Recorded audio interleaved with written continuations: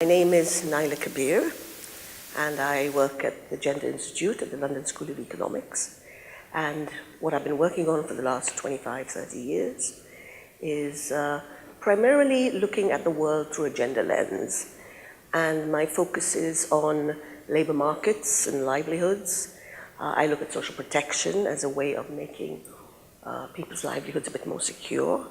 And I'm also interested in other forms of discrimination. So I look at intersecting inequalities. So how does gender intersect with poverty and race and ethnicity and so on? So I guess that's really where I'm largely focused. But that has also taken me into the field of citizenship. You know, how do people not just become formal citizens, but how do they become active citizens and helping to shape the societies. My role in the IPSP is I'm a part of Chapter 1, which is actually a very interesting chapter, since it's meant to foreshadow what comes in the rest of the report. And we have a very lovely group of people.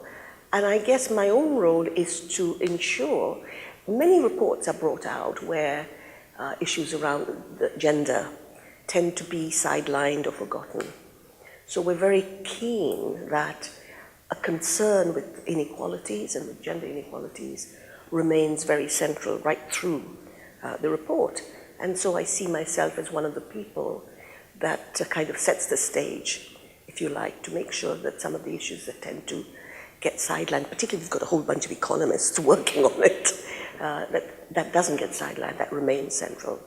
Because of course, you know, gender inequalities are one of the most central inequalities.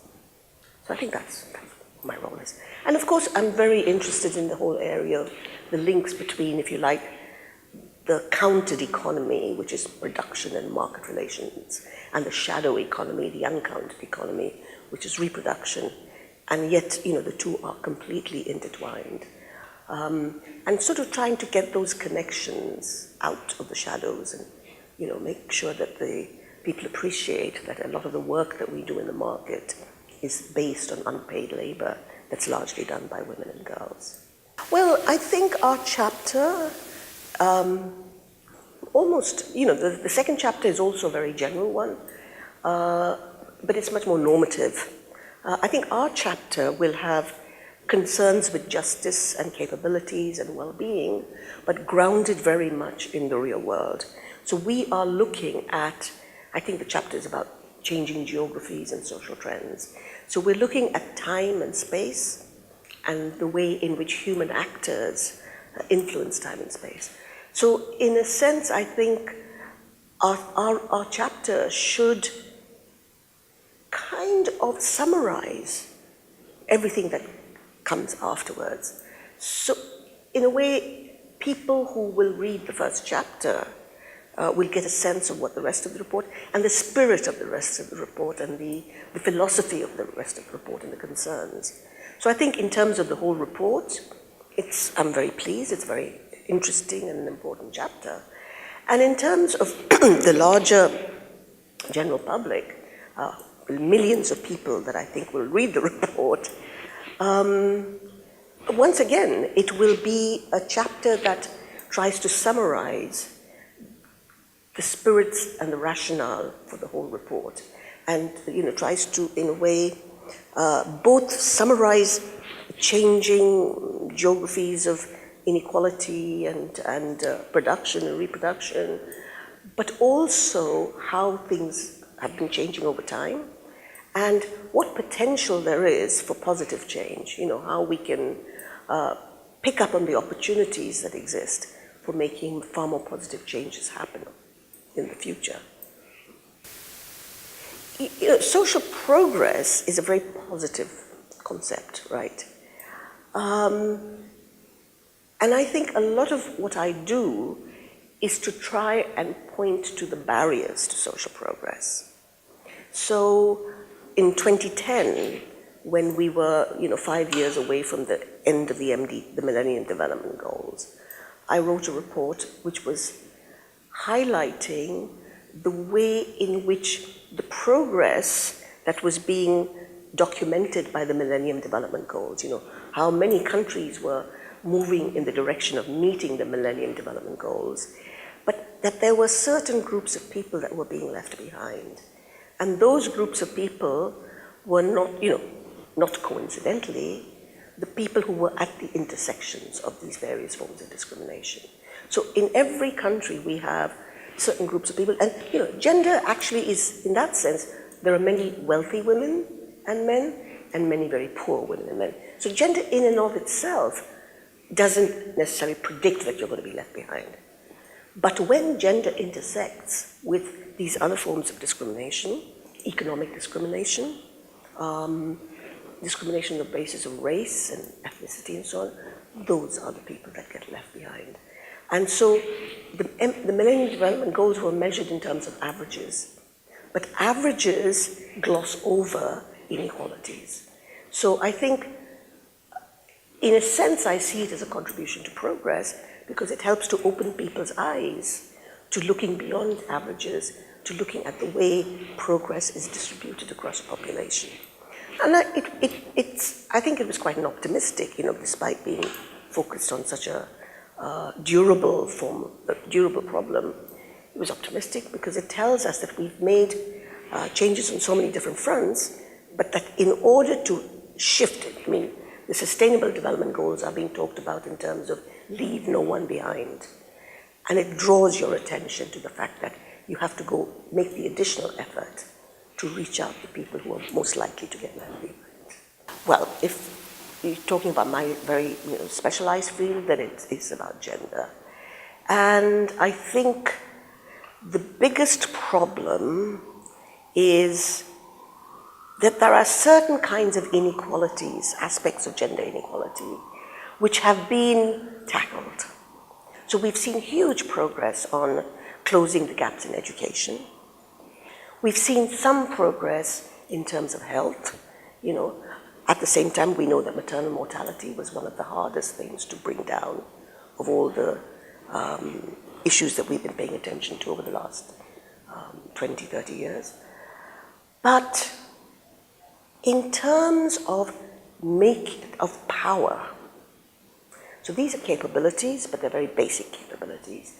But in terms of making decisions about the society you live in and about the households that you live in, that is where we have found, the imbalances between men and women within any particular class or race. Those imbalances are proving very hard to shift.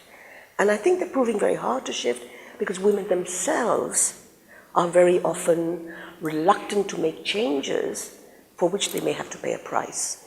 So, taking on power relations within the home, power relations within society, comes at great cost, particularly if you're a poor woman and your only source of security is your family. So where we've seen least progress is in terms of the labor market. There is a gender hierarchy of occupations, and while women's role in the labor market has expanded, there are many more women now are breadwinners for their families, but they remain confined to a very limited number of jobs, and that's probably as much true in the US as it is in any developing country. And they remain confined to jobs where they are poorly paid and irregular and insecure. And the reason for that is the resilience of the gender division of unpaid labor within the home. So that production-reproduction issue comes up. And because women will not walk away from their responsibilities for children, for caring, and so on. So trying to shift, trying to get more men to take their responsibilities as fathers and as carers within the home, I think is a huge challenge. And it really is about redefining being a man and being a woman and opening up, choices to how you choose to interpret being a man and how you choose to interpret being a woman. So that's a very fundamental revolution. And although we're moving towards that, in that direction, it's at a very glacial pace. It's very, very slow. But I hope, as you proceed through life, you will be struggling to make sure that the division of labor within the home is equal, because it will help to make the division of labor, paid work, much more equal. And I think we need to see that, because otherwise, you're losing all the different talents that women as a group can bring to the labor market and make it a much more human place, and make capitalism, if not kind of overthrow it, but at least make it a slightly more humane form of capitalism that appreciates the importance of care. What has been very, rather wonderful about coming to this workshop, and we all came not absolutely sure what we were walking into, is it's brought together some really interesting people whose work I've read, people I've never heard of, but who all have, obviously got a track record in the issues that I'm interested in, and from many different angles. So I think one of the things that's been very helpful and fruitful is interacting with people from different disciplines about the same set of issues. And that is not easy, When we're trained in a discipline, we're trained to think in a certain way. And it's quite hard to step out of that way of thinking and try and see. And very often you're talking to someone and you're talking at complete cross purposes, even though you're using the same words. Because, when I might talk about risk, for instance, I understand it in a certain way. And for me, risk doesn't necessarily mean economic risk. It means the likelihood of being exposed to all kinds of different threats and dangers and so on. It's a very broad notion of risk. But very often when you talk to an economist about risk, they think in terms of risks to your income flows or risk to your capital assets. I'm being a bit stereotyping a bit. But what I'm saying is that we're sitting in a room of 10 people in very lengthy discussions and trying to find a way to speak a common language. And I think that has been, in terms of my future work, I think if this report comes out in the way I think the people who put it together hope it will come out, it will be a very valuable resource for us in our teaching, in our thinking. We will refer back to it again and again because it covers so many important aspects of the social sciences. The impact of a report will obviously depend on who reads it. And I think it could have an impact on a large number of groups, students, for a start, that will definitely. But I think in terms of people who make change happen, if, again, we don't know what it's going to look like, but if it conforms to the expectations we have of it, I think it will be a very important way of persuading policymakers and practitioners about how fundamental understanding our relationships with each other, our sociabilities, how fundamental that is to shaping our ideas about progress. So a lot of ideas about progress have been defined in a way, in a particular part of the world, in a particular way. I think a report like this, which is trying to have a global outreach, will bring home to people how much social relationships are at the core of any, even the smallest project, never mind, the larger goal of progress. So I think the importance of this is to show the interconnections between different aspects of life, important aspects of life. But those interconnections are driven by the kinds of social relationships that we belong to. So if we are part of highly unequal social relationships, then that notion of progress is going to be a very truncated, very limited one.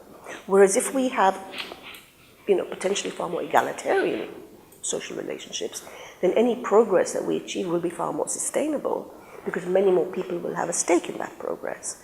But when progress is measured in terms of economic growth, we know that it's, how many of us have a stake in that kind of growth because it has been so unequally distributed, the fruits of that growth.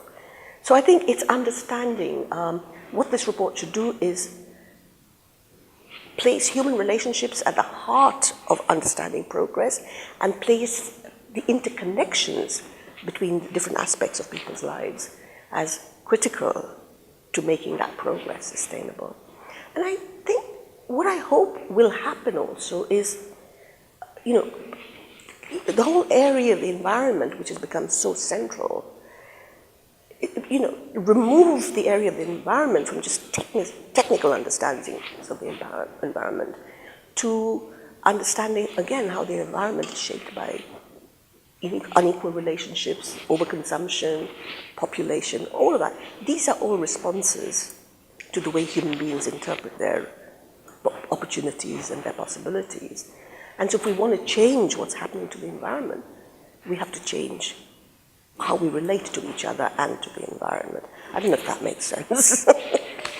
But it's really, the environment, we can only protect the future if we learn what it is about what we do and learn why we do those things, which are having this negative impact. If we can learn what it is, then we could start trying to stop it. But we will only be able to stop it if everyone has a stake in wanting to stop it. And that's why trying to have a far more greater sense of equality and a shared sense of the future is critical if we want to save the planet. I would like to see men change. I would like to see men not having to live up to these unrealistic notions of masculinity. I think that would help women. I mean, I think women are interested in change, but they find it harder because we are defined in relation to each other. And for men to be men, in a particular way, then women have to be women in a particular way. So I think that's feasible, And I have great hope for the younger generation of men who are growing up in an era where feminism is not a dirty word, I hope, but it's a part of the air we breathe. So I think that's feasible, and I would really like to see that happen. I think it'd be really nice for men, because I think they are under a lot of pressure to live up to